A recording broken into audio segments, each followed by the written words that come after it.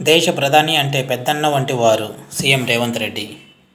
ప్రధాని మోడీ తెలంగాణలో పర్యటిస్తున్నారు. తన 2 రోజుల పర్యటనలో భాగంగా ఈరోజు ఆయన ఆదిలాబాద్ జిల్లాలో పలు అభివృద్ధి పనులకు శంకుస్థాపన చేశారు.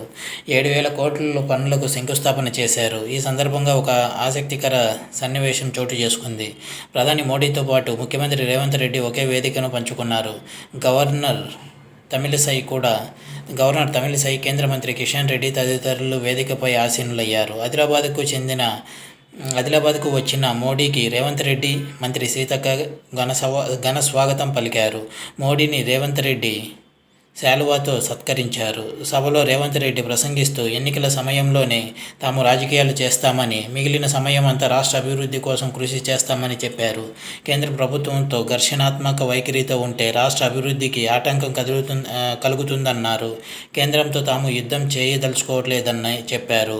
ఒక పెద్దన్న మాదిరి ప్రధాని మోడీ రాష్ట్రానికి అన్ని విధాలా సహకరించాలని కోరారు. కేంద్ర రాష్ట్ర ప్రభుత్వాల మధ్య సహృద్భావ వాతావరణం ఉండాలని చెప్పారు. మూసీ నది అభివృద్ధికి కేంద్రం సహకరించాలని విన్నవించారు. మెట్రో రైలు ప్రాజెక్టు విస్తరణ పనులకు సహకరించాలని కోరారు. రాష్ట్ర విభజన చట్టం ప్రకారం 4,000 మెగావాట్ల విద్యుత్ ఉత్పత్తి చేయాల్సి ఉందని గత ప్రభుత్వం నిర్ణయం వల్ల 1,600 మెగావాట్ల విద్యుత్ మాత్రమే ఉత్పత్తి అవుతుందని విమర్శించారు.